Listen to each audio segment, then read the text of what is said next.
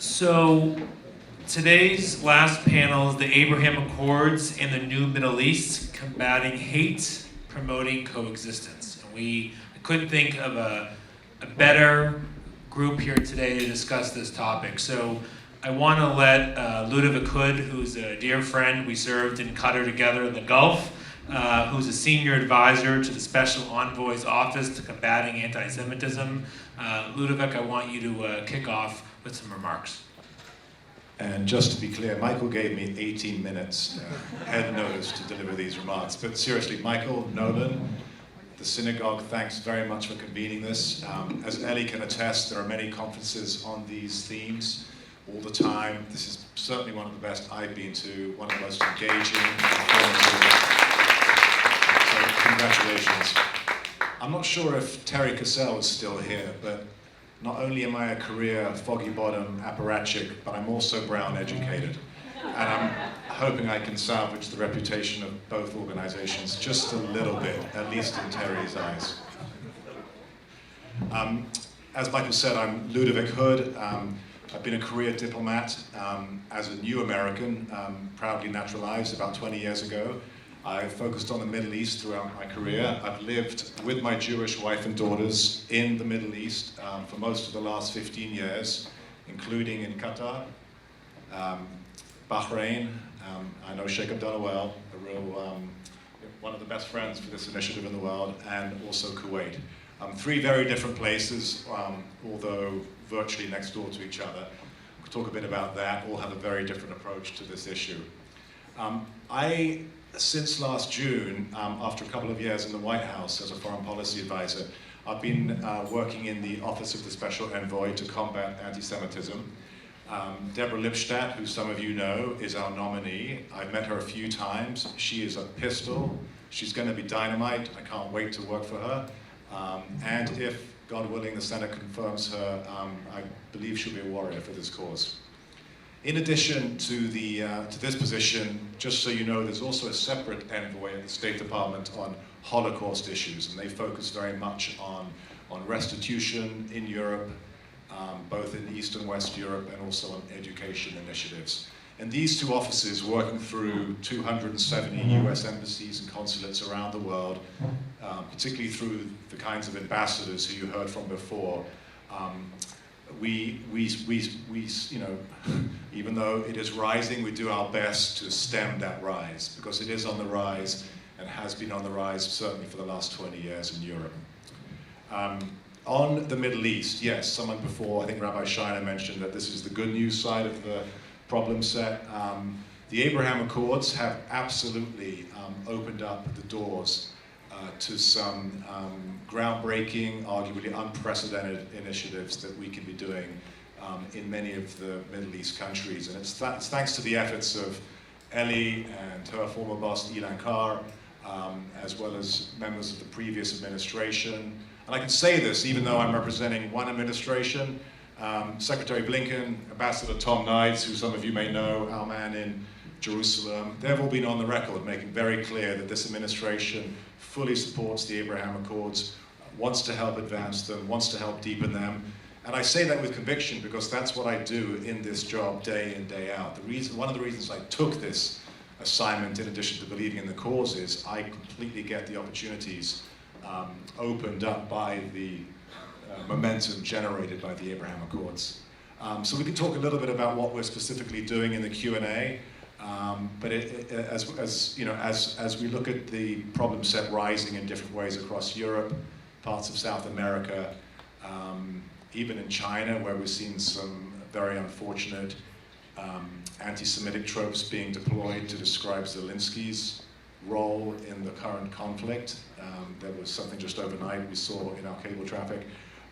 At least in the Middle East, you know, for all of the endemic problems, and these will take generations to change, as Farah was saying, at least there are glimmers of hope. Thanks, Michael. Thank you, Ludo. We're very lucky to have people like Ludo in government. I can attest from serving alongside him that we need more diplomats like Ludo. Ellie, I want to turn to you for an introduction about the work that you're doing, and then we'll go to Sarah and then Q&A. Good afternoon, everyone. Some of you did not hear me earlier today. I'm Eli Kohanim. I was asked to present formal remarks. I'm going to take a few minutes of everybody's time to share some thoughts with you. And truly, I want to thank Rabbi Shiner and Michael and Nolan so much for hosting this really, really important gathering. I'm sorry, I'm calling Rabbi the wrong name, Schneier Minsky, sorry, Rabbi. So Jews throughout our history, we face this irrational hatred of us wherever we've lived. I myself was born in Iran, a descendant of one of the most ancient Jewish communities in the world, and we survived thousands of years in ancient Persia, which became modern-day Iran. And yet, in 1979, with the Islamic Revolution, we saw our country convulse, and we saw the Ayatollah Khomeini take power. One of the first acts of the regime was the execution of the president of the Jewish community, Mr. Habib El-Vanayan. He was given a 20-minute show trial. He was accused of being a Zionist spy, and he was murdered by a firing squad. At this point, the Jewish community understood that the regime was making an example of Mr. El-Vanayan. We got the message. And so my family and the majority of the 100,000 Jews living in Iran, we fled. We fled for our lives. Years later, when I received a phone call completely out of the blue, tapping me to serve as the first deputy envoy to combat anti-Semitism, I felt the arc of history in my life. I was a Jewish child who lost everything because I was Jewish. My parents had to leave behind a lifetime of work, all of their possessions, all of their assets, because we were Jewish and we were targets. I personally experienced what too many Jews have experienced throughout history. And although I was just a child during all these events, there are 3 lessons which I've taken away from my life experience. The first is that I understand as Jews, we can never underestimate the threat of anti-Semitism. You know, I was born in a country in Iran who, under the Pahlavi monarchy, was considered a golden age for Jews. And so even in countries like that, which are incredibly hospitable to Jews in one moment, they can turn overnight and become violently anti-Semitic. The second lesson that I learned is what Rabbi Jonathan Sachs very eloquently stated, which is the hatred that starts with Jews never ends with Jews. And every society that has allowed anti-Semitism flourish has self-destructed. The third lesson that I learned is that every form of anti-Semitism all across the political spectrum must be confronted and combated. Serving as the Deputy Special Envoy was truly the honor and privilege of a lifetime for me to give back to this great country. We had many priorities. The Trump administration's policy was first and foremost that anti-Zionism is anti-Semitism, full stop. And as you heard me speak earlier today, we very much advocated for adoption of the IRA definition of anti-Semitism by our foreign counterparts. We also advocated for countries to appoint anti-Semitism commissioners, to grant their Jewish communities security funding, to put strong hate crimes legislation on their books, and to enforce those hate crimes. As part of our administration's War and Peace team, I was also really proud to work with Muslim and Arab countries, and you just heard from the Bahraini ambassador, to combat anti-Semitism. Today, I'm a senior advisor to the Combat Anti-Semitism Movement organization, and you have flyers on the table regarding CAM, and I hope you all take a look at it. The Combat Anti-Semitism Movement is a coalition of more than 470 organizations and more than 1.5 million people from a diverse array of geographical, religious, political, and cultural backgrounds, all united in the fight against anti-Semitism. I'm really proud to announce that the Palm Beach Synagogue has just joined the coalition, and we encourage every congregation, church, and mosque to join as well.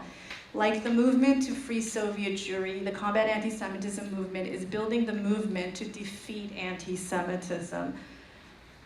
I just want to say that tomorrow, as we all know, is the holiday of Purim. And in the Megillah, what we see is that the time comes when the Jews find out that the king has issued this decree to commit genocide against them, and they're immobilized and they begin to mourn.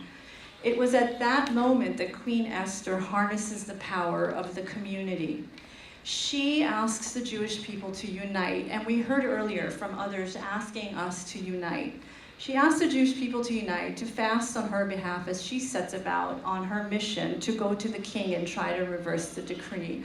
And truly, I know that in the past, when we have united, we have defeated all those who, in history, have tried to commit genocide against us. Starting at the beginning of time, the Inquisition, the Holocaust.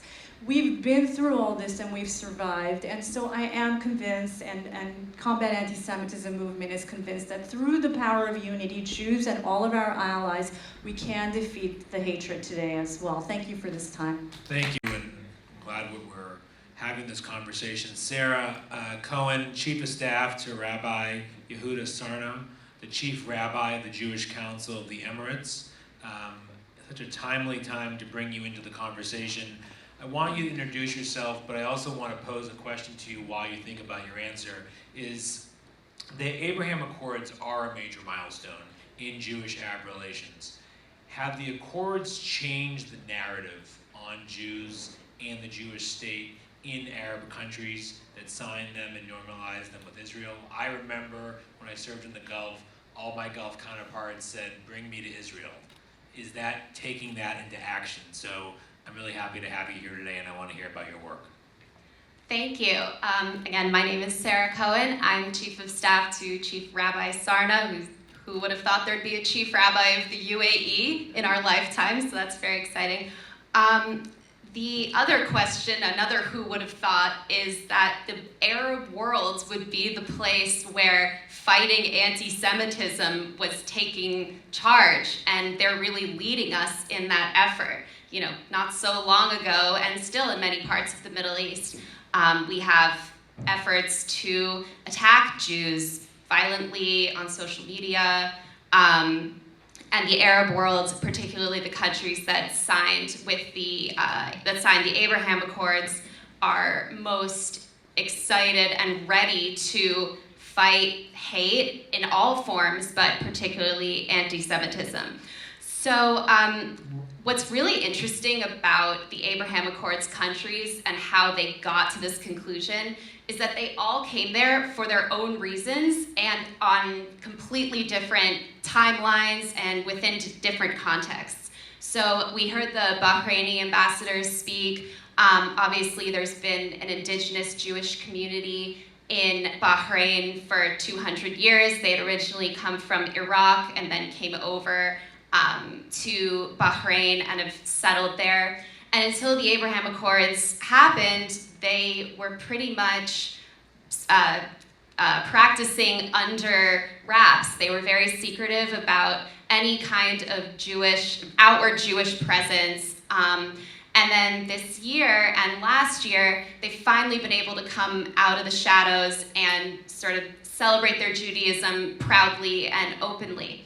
Prime Minister Naftali Bennett just visited Bahrain for the first time a couple weeks ago. That was the first time an Israeli prime minister had ever been to Bahrain. So that was a major accomplishment. Looking at Morocco, Morocco has had a Jewish community presence in the country for many years, and there has been sort of more interaction and positive back and forth between the Jewish community in Morocco and the non-Jewish, so Christian, Muslim, Amazigh, and other minority communities in Morocco. I was actually in Morocco a couple weeks ago for a people-to-people initiative. Young Israelis and young Moroccans came over to work on projects together that would put forth the values of the Abraham Accords, including fighting hate. So in Morocco, one of the Moroccans said to me, "We should have normalized with Israel so long ago. This is like, finally, we're so late to the party. We should have done this many, many years ago." And they feel a connection between them and the Jewish people in North Africa. It was actually interesting. Some of the Moroccans started speaking to the Israelis who were of Moroccan descent in Arabic, and they had to say, "Oh no, I'm Israeli, I speak Hebrew." But it was like a family reunion. It was really interesting. So UAE, which is where I spend most of my time, has really been leading the charge on fighting hate and promoting tolerance across the region. It's home to the first ever Holocaust exhibit, first and only Holocaust exhibit in the Arab world, in Dubai. And what's interesting about the UAE's approach to fighting anti-Semitism is that they see it in the context of fighting extremism generally. The UAE had a history of aggressive Muslim Brotherhood activity, and it resulted in a major crackdown on Muslim Brotherhood presence in the country. So when I spoke with the Diplomatic Academy, so all the future diplomats of the UAE, they all said, we want to study the Holocaust because we want to understand how extremism is created. What are the building blocks? What are the signs? What do we need to look for? So not only are they looking at it in the context of the darkest mark on human history, but they're also looking at it as a lesson for the future in the context of the Arab world. Thank you, Sarah. So Ludo, I want to turn to you, and we have a bit to cover in the next 15 minutes. How is the Special Envoy's Office building on the Abraham Accords to advance this mission? I think there's a lot of criticism that the Abraham Accords is not being advanced right now. Can you demystify that for us? I mean, as I said before, both Secretary Blinken, Ambassador Tom Nides, and others have been, I think, crystal clear in expressing the U.S. support for continuing to deepen the existing accords and making progress on other accords. I mean, I think, as you said perfectly, these countries need to make their own determinations. No U.S. administration can force a warm peace or an Abraham Accord, the same way we haven't been able to get the Israelis and Palestinians to do that for how many years? Just interject for 1 second. So when you're preparing points, whether it's for the secretary or for the ambassadors, in the talking points order, where does anti-Semitism, when it comes to the priorities when we are talking to these governments right now? So yes, I do clear on a lot of paper, Michael remembers those days, to do with the Abraham Accords. And I will say anything on interfaith dialogue, religious coexistence, combating ignorance and hate is always up there. The low-hanging fruit for these countries has been tourism, trade, increasingly strategic, even military ties. But at the next level, and everyone's on board with this, the potential for building bridges between peoples and faiths and faith communities is there and just needs to be seized. Now, we're finding that getting into anti-Semitism still remains a somewhat sensitive issue. A lot of people immediately, their heads and minds and even hearts and parts of the Arab world turn to the Palestinian problem. For combating anti-Semitism immediately brings some equivalency with combating Muslim hatred, and so it can be, these are very difficult conversations to have. The point being that coming up with concrete initiatives that are manifestly to do with countering anti-Semitism is, I'm finding quite hard, and I'm pouring my heart and soul into this. But there are ways of chipping away. So, for example, our government is having unusually open-minded conversations with ministries of education about textbook content. The old dynamic was we would come in wagging fingers about all the usual poison permeating some of these textbooks and everything. But now we can come in offering more affirmative, productive, positive ideas for how they could start including the history of the indigenous Jewish past in many Arab countries, or how we can be talking about the commonality of the three Abrahamic faiths. And so just in the last 2 years, and again, it's all thanks to the Abraham Accords, and obviously the will of the various governments involved, there is an opening for us to do stuff there. Secondly, the US Holocaust Museum, working with the likes of the Washington Institute, they have done some visits to the region just in the last few months, closely synced up with me and my team, and they're making real inroads, opening the aperture on what can be taught about the Holocaust. So, for example, Rob Satloff from the Washington Institute with several Holocaust Museum leaders were in Cairo and in Abu Dhabi, Dubai in late January to coincide with International Holocaust Remembrance Day. And in both countries, they did major events on the Holocaust with ministers present. This was the first time that this had ever happened in the Arab world. And we're working with Rob and our embassy, even in Riyadh. I shouldn't say too much, but we're hoping that we can pull together something similar in Saudi Arabia, which is not an Abraham Accord. So, Ludo, to build on that, Ellie, I want to bring you, it needs to be done, or are those populations just not ready? And we need to do more forms of cultural diplomacy and other forms of diplomacy before the leaders of those countries can bring them into the Accords. Michael, I'm really grateful to you for this particular question, because we're meeting at a moment in time where we're expecting the signing of a new Iran deal between the United States and China, Russia, and the European powers. And so what I'll tell you is that in many ways the Abraham Accords are a strategic alliance. And so the people who are much senior to me in the Trump administration, who were the folks who actually brokered these deals, what they will tell you is that they understood one thing.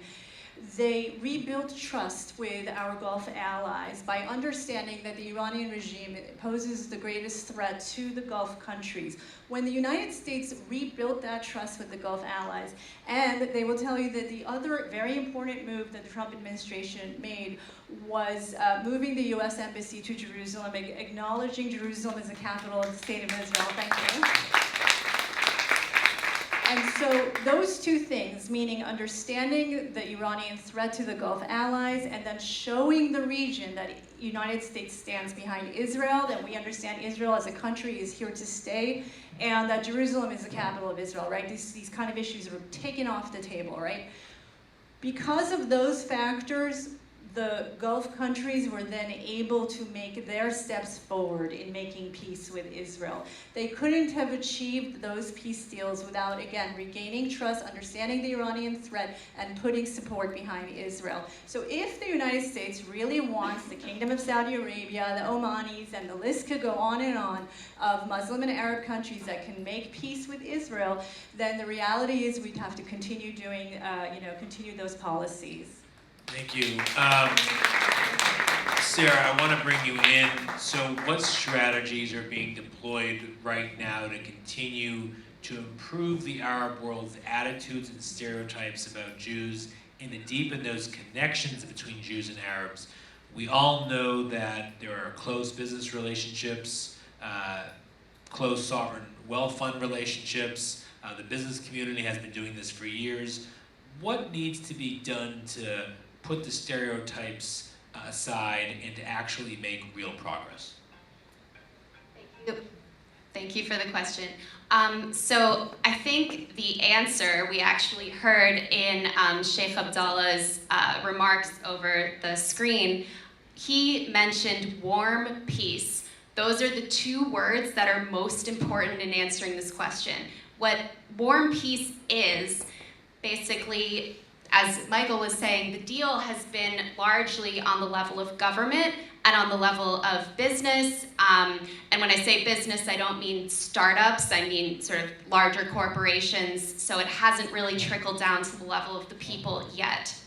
And we have to remember that when Israel was signing a peace deal with Jordan, King Hussein said, "I hope we have a warm peace with our neighbor Israel." Anwar Sadat, same thing, said he wanted warm peace with Israel between Israelis and Egyptians, and we all know how that turned out. So we need to be really, really careful about not focusing all of our attention on the higher level of government, because if you ignore the people and you don't help the people build relationships with each other, then you end up just having a piece of paper that two governments signed. Right. Ellie, you spoke about warm peace. Can you just quickly talk about that a little bit? Sure. So warm peace means having full diplomatic relations. It means direct flights. It means trade deals. You heard the ambassador talk about something like 36 MOUs that were signed between Bahrain and Israel. And one thing he didn't mention was that Israel now has a full-time, 24/7, 365 days a year naval officer stationed in Bahrain. These are things that are unprecedented, but again, it's diplomatic ties, it's direct flight. No, and Ludo, I want to bring you in. So, what are the obstacles, though, that we're facing on combating anti-Semitism in the Middle East, and what seeds can we plant short, medium, long term to prevent that? Well, the obstacles, frankly, remain formidable. The Abraham Accords remain are at the government-to-government level, and for warm peace to suffuse through these populations, it's a gradual process. The Bahrainis are upfront with us about how they have to move at a certain pace in order to deal with their internal dynamics. It's the same to a lesser extent for the Moroccans. The Emiratis, however, to their credit, have gone full bore, and that's great to see.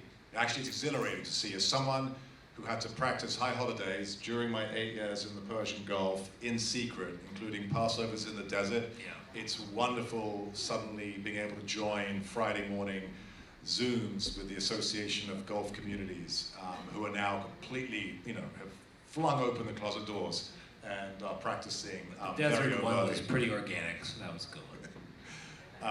So look, one has to be very realistic about what's possible. It will take a long time. The Israel-Palestinian issue will remain an obstacle, visceral in some quarters for a long time to come. But let's also not overstate it. How many U.S. embassies were burnt down when we moved the embassy from Tel Aviv to Jerusalem? Zero. There was probably more protests in parts of Europe than there were in Arab capitals, for example. So it's going to take a while to yield the benefits. But we in our office, certainly I and my colleagues, hope to seize what we can and push out some initiatives on combating anti-Semitism. So last question, and then I want to open it up for a couple questions. The war in Ukraine right now, to each of you briefly, is this an opportunity? Given I've never before seen unity at this level since United We Stand, and everyone had American flags on their cars. We all had flag pins. Ludo, you're wearing the Ukrainian flag right now. Is this an opportunity in Ukraine where this can help the anti-Semitism movement, or will this create more obstacles? Ellie? What I can tell you is that just in the first days of war, I posted on my Instagram a picture of President Zelensky, and I wrote on it, Ukraine's President Zelensky is also a proud Jew. And I put that out on my Instagram, my Twitter, and Facebook, and I got a lot of positive feedback on it. So I think Zelensky's become kind of this incredible Jewish hero. I mean, people are saying he's already, in the pantheon of great heroes in Jewish history. So I think he's been fantastic. I would be remiss, though, if I didn't say that the Israelis are in a very tough spot right now between Russia and Ukraine and their own national security interests. So that does concern me. But again, I think Zelensky is a hero. Ludo, I'm not sure whether you can comment on Israel's role in Ukraine and the balancing act Bennett is doing, but so I'll move aside that. But what are your thoughts, Sarah, on this opportunity in Ukraine? So with Ukraine, obviously there are many things that stick out about this conflict, but in the context of anti-Semitism, I can't help but think about Putin's comment to denazify Ukraine. And, we're here talking about anti-Semitism, and we hear this rhetoric that not only doesn't make sense, but just, reinforces the old trope about Jews controlling everything. I really think the Arab world can be the leaders in changing that narrative. Who would have thought we would say that?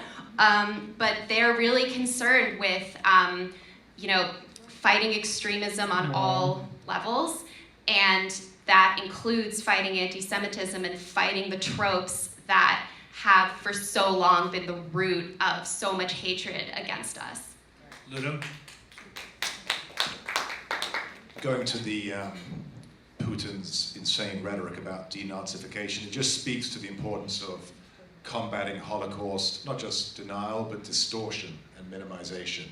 And there's a lot of this happening in parts of East Europe, and obviously Putin has gone full throttled on this, but rewriting World War II history, which obviously was so traumatic for the Jewish people, is something that has picked up speed in parts of East Europe in the last decade or so, and just speaks to the importance of teaching the younger generations why the Holocaust mattered. And I think things that we'll be doing in the Middle East may even have lessons for how we help governments in parts of Europe do things. There's going to be some transferable lessons learned, I think.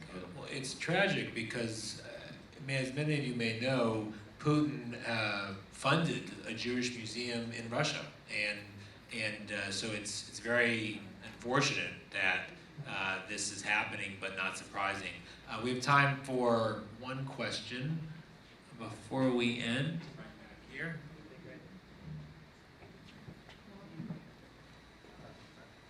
Can you hear me?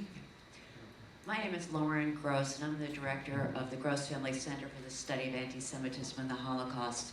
And first of all, thank you. Thank you, Michael. Thank you, Rabbi Shiner. Thank you for appearing and speaking today. The whole program has been wonderful. But I would like to take issue with Mr. Zelensky. Mr. Zelensky does not have a clean record, as you probably know. Ukraine murdered 1.5 million Jews by bullets during the Holocaust. There is a Nazi battalion currently fighting in the eastern part of Ukraine. You can see their uniforms with their new Nazi symbols on them. So though Putin, his country, fought against the Nazis, there is a kernel of truth.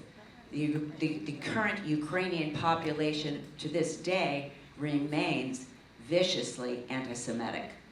So I just want to put that out on the table.